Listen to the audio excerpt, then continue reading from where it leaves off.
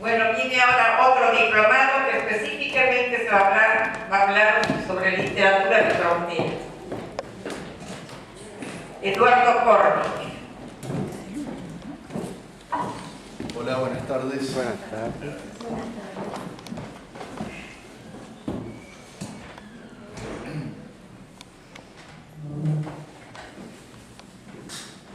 Bueno, yo arranco así y si ven que me estoy quedando sin voz, apelo al micrófono.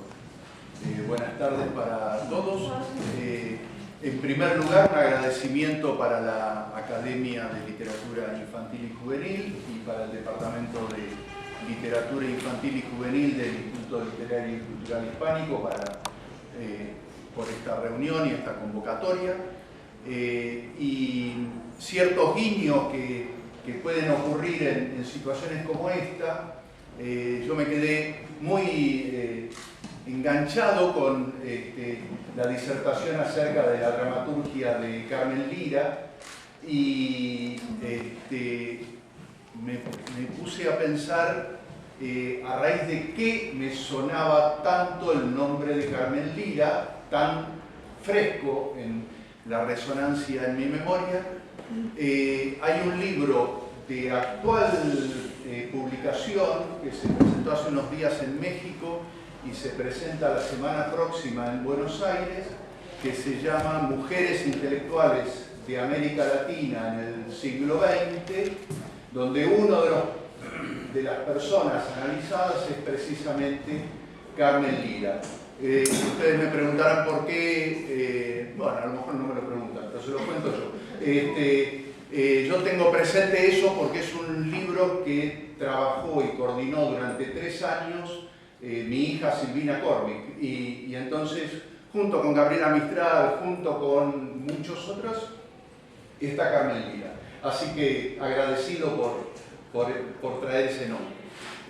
Bueno, la convocatoria es justamente vinculado a los 150 años de el gaucho Martín Fierro y de José Hernández, digamos, como autor. Como decía Borges, vamos a hablar de Martín Fierro, mejor dicho, él decía, vamos a hablar de José Hernández y su Martín Fierro, o tal vez de Martín Fierro y su José Hernández. Tal es la importancia del personaje en la narrativa argentina. Y el análisis que yo les propongo es el de ver a Martín Fierro, la vigencia de Martín Fierro y de la literatura de frontera y de la gauchesca a través de estos 150 años, como para confirmar que sigue siendo una literatura vigente y no una pieza de museo, digamos.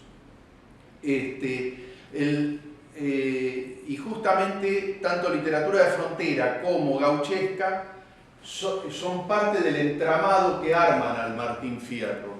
En el canto tercero del gaucho Martín Fierro, que es la primera parte de la obra, él comienza el relato de la leva, o sea, cuando se lo llevan como soldado a la frontera.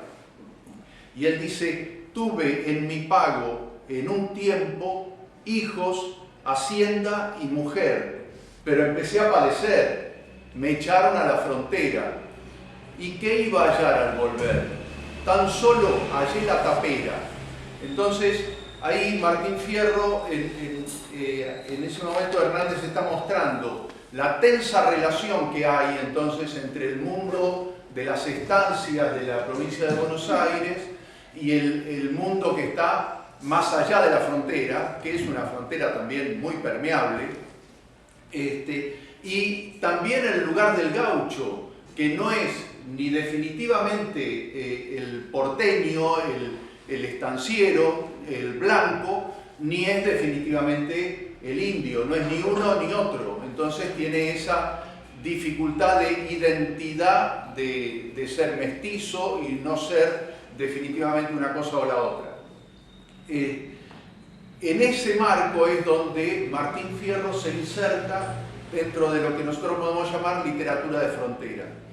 En el final de ese primer libro, él está diciendo, Cruz y Fierro, de una estancia, una tropilla se arriaron, por delante se la echaron como criollos entendidos, y pronto, sin ser sentidos, por la frontera cruzaron.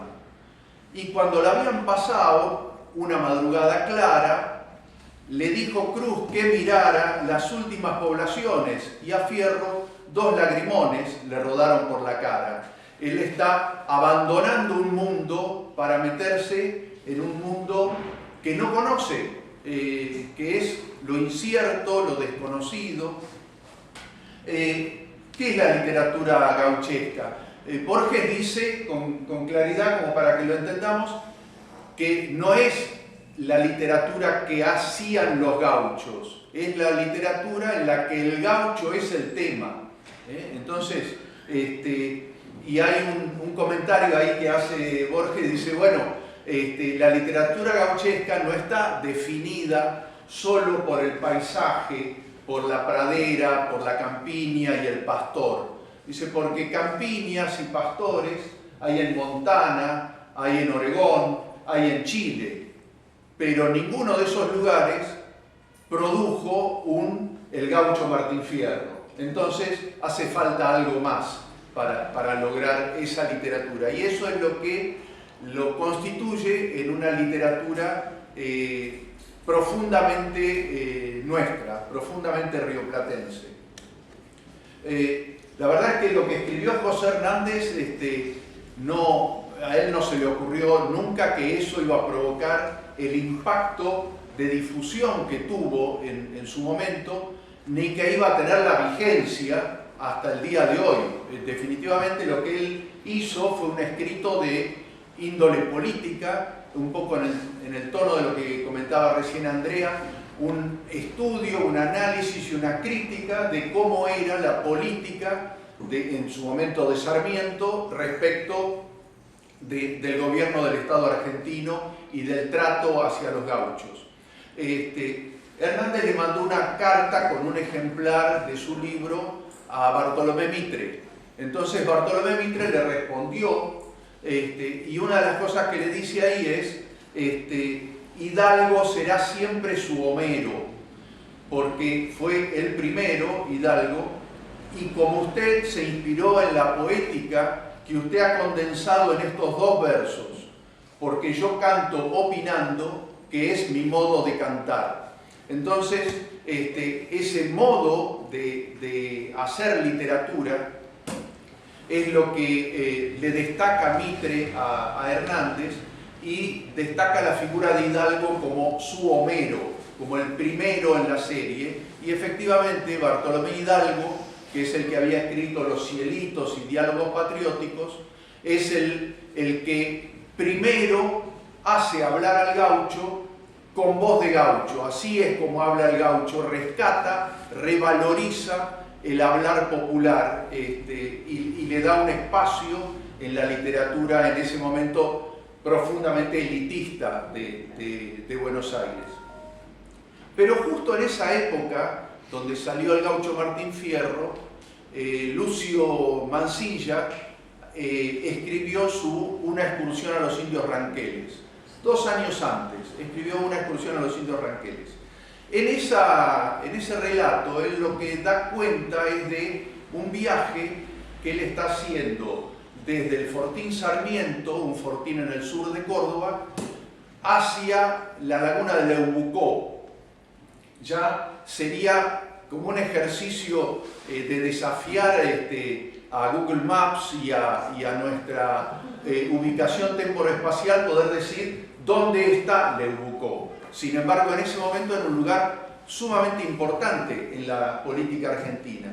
Era donde vivía Panguitrús. ¿Y quién era Panguitrús? Panguitrús era un, ahora ya adulto, pero que cuando joven había sido secuestrado, tomado cautivo, y entregado a Juan Manuel de Rosas, que lo bautizó Mariano Rosas.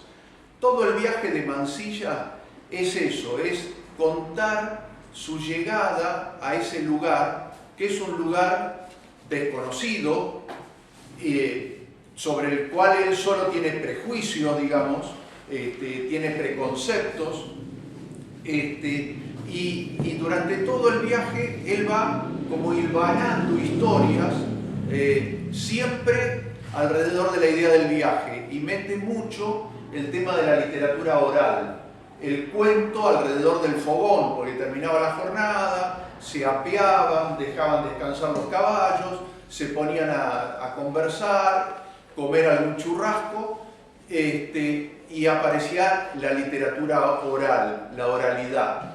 Y ahí aparece, en 2 de los capítulos de Una excursión a los indios ranqueles, lo que para Ricardo Piglia es la primer narración de orden fantástico de la literatura argentina, que son los sucesos que le ocurrieron al Cabo Gómez, un soldado que le tocó participar en diferentes situaciones y que lo trae acá. Así que ahí Mansilla está haciendo ese viaje hacia lo desconocido, está yendo con todos los prejuicios que puede tener un hombre de formación europea, argentino, porteño, pero con toda la formación occidental contrastada contra el pensamiento de los indígenas,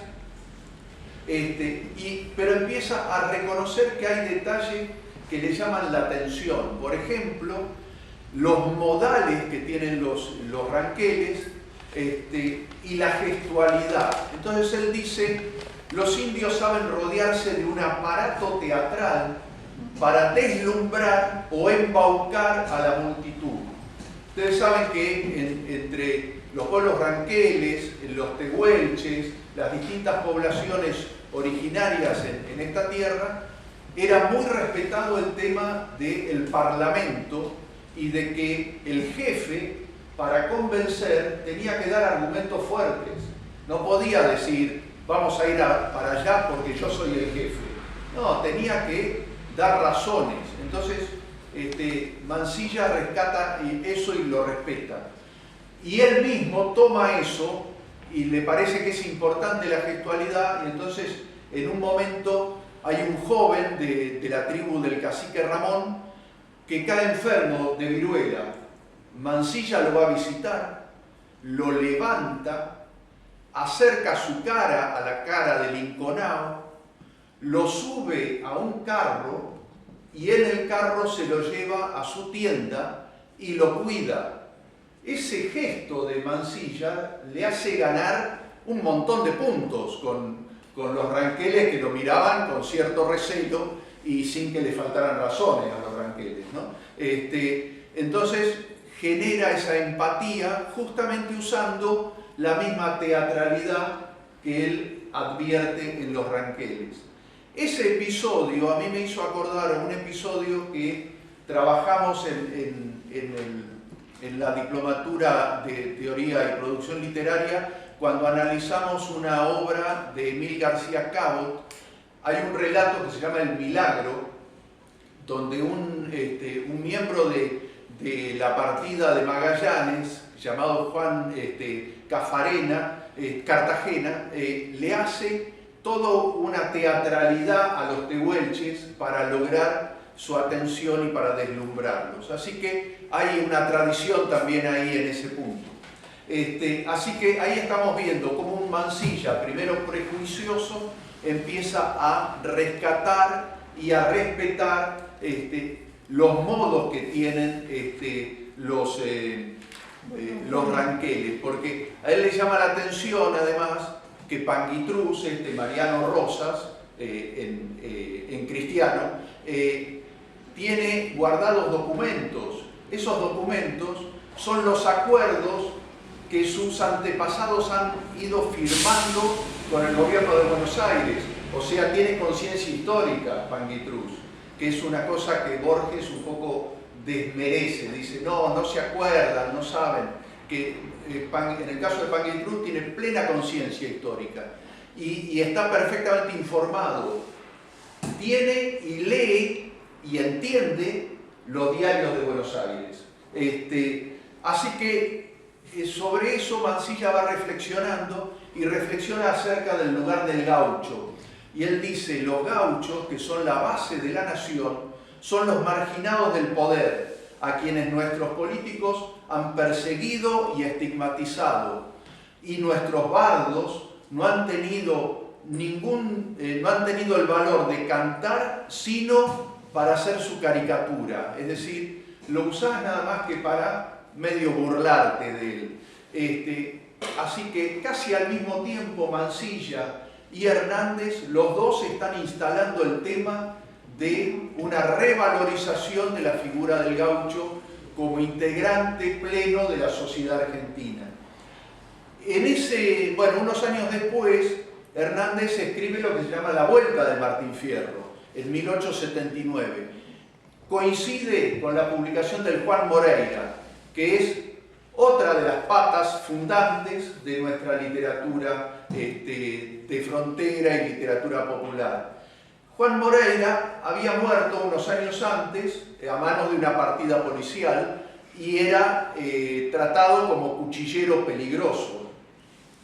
Pero sin embargo, la referencia que se hace a Moreira es que él, en una vida anterior, antes de ser un malevo, como recordaban hace un rato, había sido un hombre bueno, que no acostumbraba a ir a los boliches, no iba a la pulpería,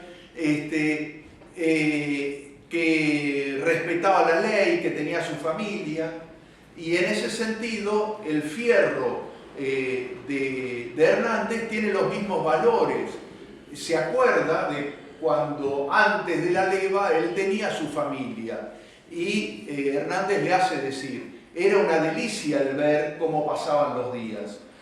Así que tenemos ahí dos referentes que son hombres en su origen honestos, pero que una circunstancia de la vida los ha convertido en perseguidos, ¿no?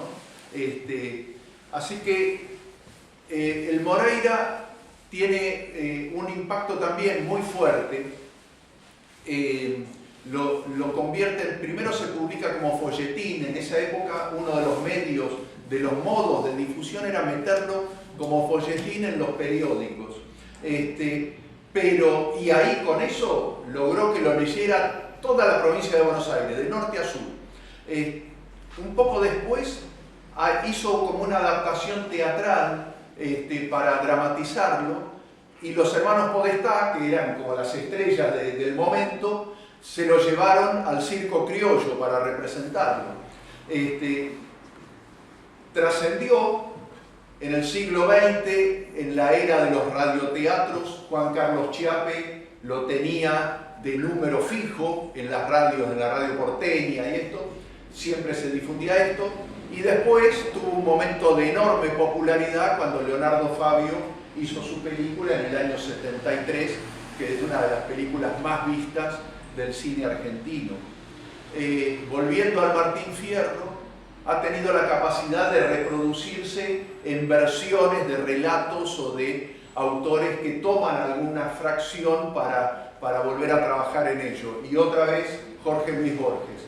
Hay dos textos de él que podemos citar acá. Uno es Biografía de Tadeo Isidoro Cruz, 1829-1874, donde lo que cuenta Borges en ese relato es cómo habrá sido la noche en la que Cruz fue gestado. O sea, un personaje inventado por Hernández, ahora Borges inventa cómo habrá sido la noche en que fue gestado, la noche previa a un combate que se llama el combate de las Palmitas, otro lugar que yo los desafío a que lo busquen en Google Maps, con la garantía de que no lo van a encontrar.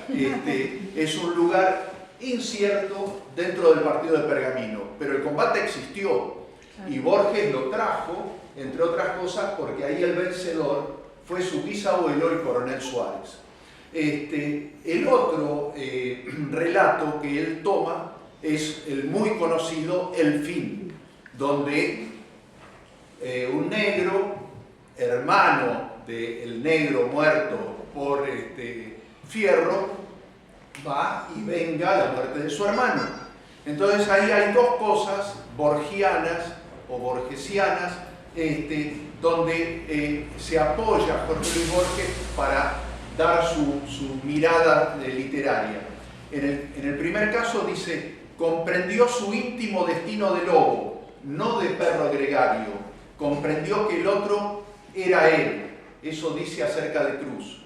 Y después, en el fin, dice, cumplida su tarea de justiciero, ahora era nadie, mejor dicho, era el otro, no tenía destino sobre la tierra y había matado a un hombre. Entonces, ahí estamos dándole forma como a toda esta tradición literaria y nos falta una pata. Esa pata es el Santos Vega. El Santos Vega es un personaje de leyenda y lo rescato porque lo legendario, la leyenda, tiene mucho valor y ya lo hablábamos al principio, el valor de lo folclórico, de las tradiciones.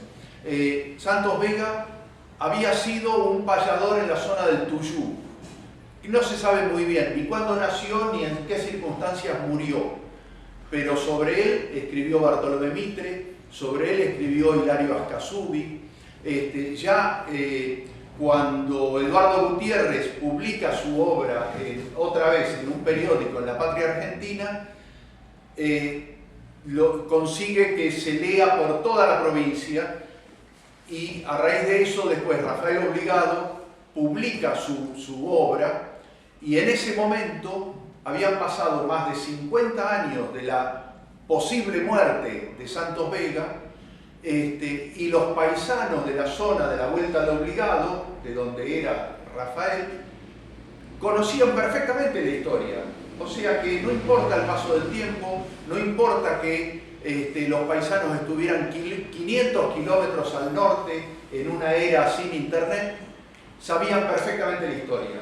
Cuando Rafael Obligado publicó su obra, en la primera edición se vendieron 10.000 ejemplares. Así que vayan tomando nota de una población no necesariamente 100% alfabetizada, ¿no? Así que, bueno, la narrativa de frontera nos viene acompañando a nosotros desde el origen de la llegada de los europeos. Dicen que el virrey Bertis convocó a un andaluz para hacer un recorrido por la Patagonia. Ese recorrido él lo refleja en un testimonio que se llama Diario de un viaje a la costa de Patagonia. Yo rescato esto porque muchos años después, hace apenas algunos años, tenemos la figura de un autor que es Emil García Cabot, que escribe una obra que se llama El último horizonte. ¿Qué hay en el último horizonte? Están todos los elementos que nosotros tenemos de la narrativa de frontera y de la gauchesca. Ahí están, el otro, el cautiverio, el lugar de la milicia. Pero ¿qué hace García Cabot? Le da prevalencia y un lugar protagónico al paisaje y instala como un tema central el lugar de la mujer. El tema del otro, que en general decíamos, para Mansilla el otro son los ranqueles que están allá, qué sé yo, cuando Viedma, el andaluz que manda Bertis a la Patagonia, escucha a los tehuelches, dice, no, hablan una lengua gutural, no se les entiende nada. Bueno, para Emil García Cabot, el otro no es un otro lejano, distante. El otro resulta ser alguien que se crió en la misma familia, que se crió con valores parecidos, pero que en un momento de la vida cada uno tiene que tomar una decisión y un camino. Y a raíz de esa decisión, a raíz de esa elección, el otro se está volviendo un otro cada vez menos confiable, cada vez más sospechable. Entonces hay una otredad que es muy cercana. No es, ¿cómo serán los chinos? No, es ¿cómo será este que está al lado mío? ¿No? Y por lo tanto peligroso. Entonces, creo que hay muchos elementos para mostrar y mucha narrativa y poesía dentro del siglo XX, con Fuegia de Belgrano Rawson, con La Tierra del Fuego de Silvia Iparraguirre, que rescatan y toman esa modalidad de la literatura de frontera. Y incluso el otro día, le estaba comentando con Andrea, Clarín difundió el nombre del Premio Clarín de Novela. El título de la obra es El desierto invisible. Entonces, nos falta leer esa novela, pero yo sospecho que el tema de la frontera y el otro está presente ahí. Con esto lo que quiero decir es que una obra como la que escribió José Hernández allá por 1872 conserva una vigencia y una capacidad de transformación en muchas otras obras de sus hijos y sus nietos literarios que lo hacen tan vigente como en aquel momento. Y por lo tanto, felices 150 años a José Hernández, felices 150 años al Martín Fierro. Muchas gracias.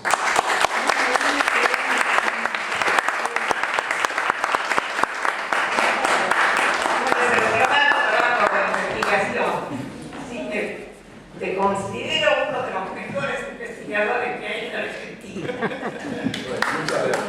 Y creo que he visto algunos gestos de ustedes que me parece que pueden ir mucho más allá de la literatura infantil, porque he visto algunas caritas expectantes que se me ocurre que pueden ser grandes escritoras. Bueno. Así que al despertar la gran curiosidad. Muchas gracias. Sí, así que como dijo la Bueno, pues ahora la conclusión. Gracias.